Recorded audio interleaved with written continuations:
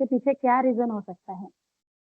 तो यहाँ पे ब्रह्मा जी द्वारा बताया जा रहा है कि पशु योनि में क्यों आती हो?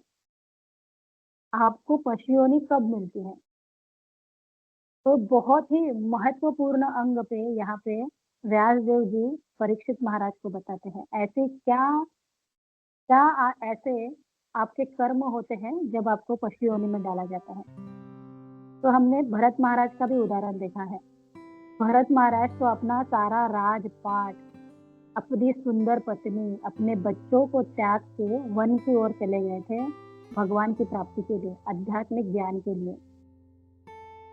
तो अभी आध्यात्मिक ज्ञान के लिए वो चले गए, लेकिन होता क्या है, जब वो हिरण के बच्चे को देखते हैं, जो अपनी माँ से अभी बिछड़ा है, तो उसके प्रति उनको करुणा जागृत होती है। तो वैष्णव का ये गुण है कि करुणा तो आनी ही चाहिए, लेकिन होता क्या है, वो उसकी सेवा में लग जाते हैं और सेवा में भी ऐसे लग जाते हैं कि उससे आसक्ति हो जाती है। और इस आसक्ति के कारण क्या है, इतने उच्च पद पे इतने शुद्ध भक्त थे भगवान के, लेकिन फिर भी उनको फिर से हिरण के योनि में जन्म लेना पड़ता है। तो उन्होंने इस पशु की सेवा की, उसी पशु के योनि में आना पड़ा। तो हमारे शास्त्र हमें क्या बताते हैं, लोग घर में जो कुत्ते बिल्लियां वगैरह पालते हैं, तो ये इस प्रसंग से क्या देखना है हमें? तो प्रभुपाद जी अपने लेक्चर में बताते हैं, ये प्रभुपाद जी का लेक्चर है। तो प्रभुपाद जी कहते हैं कि आप जिस जानवर को घर में पालोगे, आपको उसके भोग तो भुगतने होंगे, आपको उसकी योनि में जाना ही होगा, क्योंकि आपने उस जानवर को पाल के उसने उसके साल, जितने साल आपने उसको पाला है ना, तो उतने वर्षों का भोग आपने उसका भोग रोक दिया था, जो विधि विधित था, लेकिन आपने उसको रोक के क्या किया है, आपने अपने सेल्फ है ना, अपने इंद्रिय के लिए, अपने इंद्रियों आपकी आसक्ति हो गई, इसलिए आपने उसको आपने यहाँ पे आपके घर में रखा या उसका पालन पोषण किया है, तो आपको उसका रिटर्न तो करना ही होगा।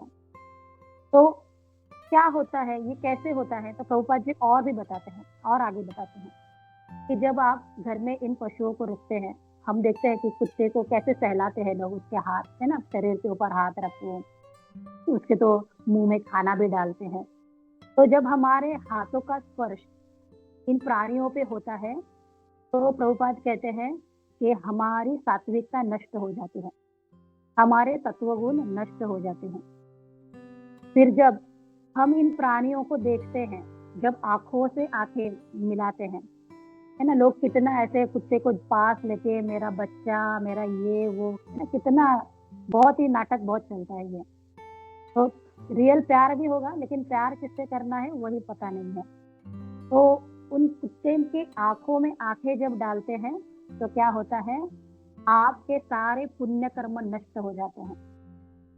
तो देखिए प्रभुपाद जी बता रहे हैं ये सारी चीजें कि किस तरह से इन पशुओं को हमारे घर में स्थान देने से हमारी सारी आध्यात्मिक चीजें नष्ट हो जाती हैं। और फिर क्या है, हमारी आसक्ति है, हमारी आसक्ति के वजह से ही वो घर में है, तो उस आसक्ति के कारण हमें फिर से उस योनि में आना ही पड़ेगा। तो यही यहाँ पे ब्रह्मा जी बता रहे हैं, यही पशु योनि देने का कारण व्यासदेव जी भी बता रहे हैं परीक्षित महाराज को कि कहाँ पे हम गलतियां कर बैठते हैं और इस योनि में हम आते हैं। कई लोग हैं जो बहुत पैसे वाले लोग होते हैं, उनका तो एक अलग सा शौक रहता है सांपों को पालने का, है ना, सांप भी पाले जाते हैं घर पे। तो ऐसे लोगों के लिए बताया जाता है कि ऐसे लोगों में बहुत ज्यादा मात्रा में घृणा होती है, तिरस्कार होता है ऐसे लोगों में, क्योंकि जिसको पालोगे उसके गुण आपके अंदर आएंगे। तो सांप में बहुत ज्यादा मात्रा में घृणा होती है, बहुत नफरत होती है, तो अगली योनि उन्होंने अपनी फिक्स कर दी है।